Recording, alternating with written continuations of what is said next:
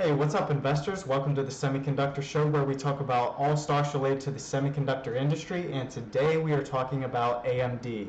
We're going to be first discussing just a recap of what they've been doing for the year, where they're projected to go in the near to midterm future. Then we're going to see what some analysts are saying, then some news of what AMD's been doing over the past couple weeks, if not about a month. And then we're going to wrap everything up with a stock analysis to see when's like the optimal time to buy or potentially sell. So let's just get my face out of the way. And so what we have right here is what they've been doing for the past year, or I'm sorry, this year to date. So at one point at the very beginning of the year, they were at about 150. They're currently at about 94. Over this past week, a few moments they topped $98, almost near $99, and once again they're at 94. So where are they headed in the short to midterm future?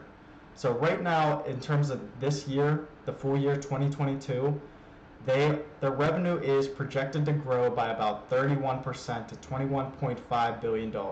And analysts expect the company to grow earnings at a compound annual growth rate of 30% over the next 5 years. So my magic number is 25%, and they're saying 30% growth. So that's what's kind of spurring my interest, and probably everyone out there who's watching this, their interest in this company. So the next thing is why are we so interested in them? In terms of, everyone keeps saying this industry is going to slow down, but AMD believes its most significant market opportunity is the data centers, and that roughly has a $50 billion total addressable market today. AMD provides several solutions for data centers. The best known is EPYC, one of its server processors, and AMD is scheduled to release its fourth generation called Genoa later this year. And so to continue on with the data centers, the data center market could turn out to be another happy hunting ground for AMD. The company's data center revenue more than doubled in 2021, with the segment producing around 25% of its revenue. Mercury Research estimates AMD exited 2021 with a nearly 11% market share of the server processor market, up from about 7% in the prior year. Bank of America estimates AMD's server market share could potentially go up to 35% in the long run, which could result in substantial revenue growth for the company, as the market is reportedly worth $70 billion right now. So in the previous article, it was about $50 billion. Now they're saying it's 70, so we'll just split the difference and say $60 billion. And if AMD is taking about 10%, that means $6 billion is just in that one segment. And if it's able to continue to grow, which is what they're saying, the segment's producing about 25%. So yeah, that all adds up. So hopefully this market segment, I believe it's going to grow about, let's see, the next piece right here, it says, with the data center accelerator market expected to clock 40% annual earnings growth through 2030. So it's supposed to grow 40% over the next 8 years. And they're also projecting that AMD is going to, they at least have the opportunity, and analysts have the belief that they can grow that 10%, nearly 11% market share into 35%. So if it's currently at 70 billion and AMD's pulling in about, say, 6 billion of that, well, that's just a lot of revenue that's out there that AMD has the potential to get. And the fact that the market segment itself is growing rapidly, even if AMD can just maintain their current market share, the fact that the whole segment is growing, AMD is just by default kind of going to grow with it. And if they can continue to gather market share, I mean, this is just prime time for AMD. So let's move on to our next article. Last week, an analyst at the Truist Financial downgraded NVIDIA, and they included AMD and Intel with their downgrade, most notably saying that a sudden sharp decline in the consumer demand for electronic devices is the culprit behind that. But sticking with the data centers, the one silver lining, which I love this, and this is kind of what I was hoping to come across in some of the other videos I posted, the one silver lining is that these downgrades never seem to mention the data center growth, which occupies AMD's enterprise, embedded, and semi-custom segment.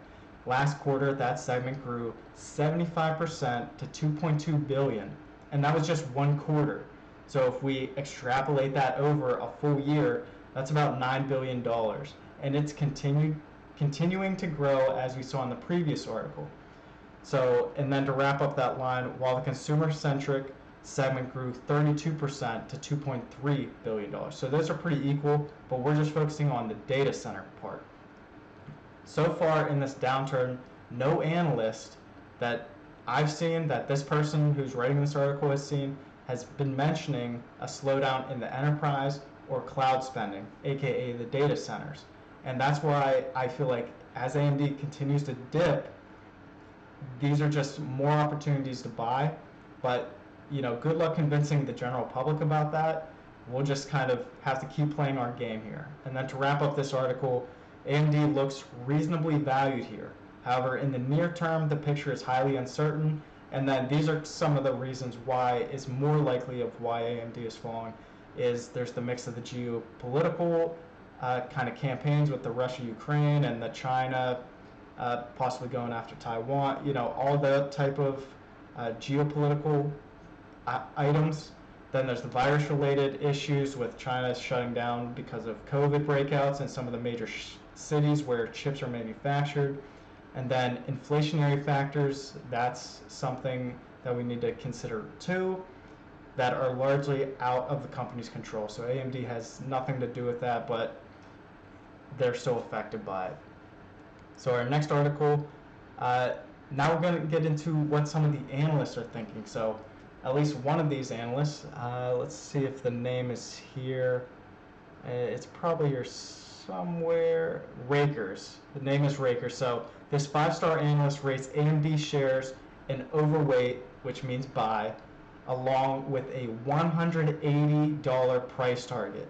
Now, I've heard that analysts kind of do this. If they're really into a stock and want to boost the price, they will kind of exaggerate a price target. So 180 might be a little bit too far for us, but if his statement is true, if he truly believes that, that is a potential 84% return in a 1-year period. And just having that opportunity is why I like AMD. And so if we can just kind of pull it back, this second item says, even for most of the people that are on the fence with this, the average in terms of analysts are saying that a $147 target is more, it's just the average. So this is more in line with what others would say. And even that is close to a 50% growth. And it's not going to be an exact number. So it could be up or down, but right there, 50%, and that's the average. That's more believable, and of course it could go further than that. So just keep that in mind. Another analyst, we have this Bryson, who works at Wedbush. He reiterated his outperform rating on AMD with a price target of 165. So he's another one that's saying, no, this is going to go, AMD is going to go out there at 165. That's splitting the difference between those two numbers. So we're looking at, I don't know, maybe like a 60 to 65% return in his opinion. We have this article, which is not loading at the moment. We have 2 in a row that are not loading. We'll circle back to those if we can. I do have notes on the side just for an instance like this, but to kind of continue on, and we'll circle back with those. So to kind of go into the news portion of AMD, at least on April 4th, so just a few weeks ago, AMD announced that it has agreed to acquire Pensando Systems, which operates a distributed services platform offering cloud infrastructure services for approximately $1.9 billion. So this was shortly after the Linux deal. They decided to grab up this Pensando Systems, and that kind of goes along with the data center market segment. the cloud segment, and I believe a portion of it is the FPGA segment, which goes hand in hand with Linux. So they're really making a push towards those few market segments, which we're very much for those data centers. They're growing, cloud's growing, and I'm not too familiar with how well the FPGA market grows, but it's all kind of interrelated here. So it seems to be a good purchase in terms of, it's in the same market. It's just how much revenue will they gain from that purchase? I have to imagine it's more for the technology. They must have had some sort of technology that helps boost AMD's type of what they have. It just kind of builds upon that. And then another piece is AMD also focused on more advanced chips that have been less affected by the shortage compared to the mass-produced older types of chips. So in a previous video, we touched on TSM, and TSM, 50% of their revenue came from chips that were 7 nanometer and 5 nanometer chips. So they're really pushing those new chips, and AMD, that's kind of what their focus has been on. They're part of the reason why those chips have sold so well, and it's because AMD is pushing for the higher revenue generating items, which are those 5 nanometer, 7 nanometer chips, because they're the best in the business today. So the fact that they're going after that is why they've been able to limit shortages on their end, and therefore they're making more revenue. Another news article is, once again, we're seeing that AMD is incorporating Linux's team into theirs. So just recently, they announced the appointment of Hasmukh Ranjan to AMD Senior Vice President and Chief Information Officer. He previously was the CIO, that's Chief Information Officer at Linux, so now he's going to be in that role at AMD, which is leading the global IT organization, responsible for providing strategic oversight of corporate IT infrastructure. At Linux, Ranjan managed all facets of IT, so he's pretty much doing the same thing, only at AMD. And prior to Linux, he was the CIO at Synopsys, which is another chip manufacturer. I don't think it's as invested in chips, but they're in that type of market. So he's been in this business for a long time. And to wrap up this news portion, AMD is announced that they're reporting their first quarter financial results on Tuesday, May 3rd, so that's in a few weeks from now. And we will now go on to the stock analysis. I'm going to briefly touch on these missed articles while we kind of touch up the stock analysis.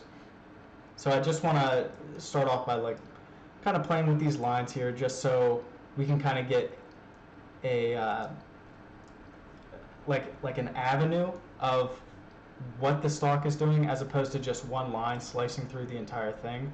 That just kind of helps us see kind of like the gaps in terms of, if it dips below that line, that's a potential buying opportunity because it's likely going to rebound back into that alleyway. And if it goes above, hey, that might be it. Just like the reverse, it's most likely going to pull back, so that might be like a sell opportunity. Or you could look at it as, if it breaks above or below one of those lines, that pain is in the near future, or success is in the near future. But overall, let's kind of zoom in. We're definitely in a downtrend, very steep downtrend. We broke through one of these support lines at about $100, and we have our next one marked out at about 72. And also we're very much aligned with our bottom trend line here. And so we'll kind of see if it just continues to follow through with that. You can see last week, each one of these bars is a week, by the way. And so last week we pretty much just touched our bottom trend line, and you can see we're starting to rebound, even though each week we give it a little bit of cushion.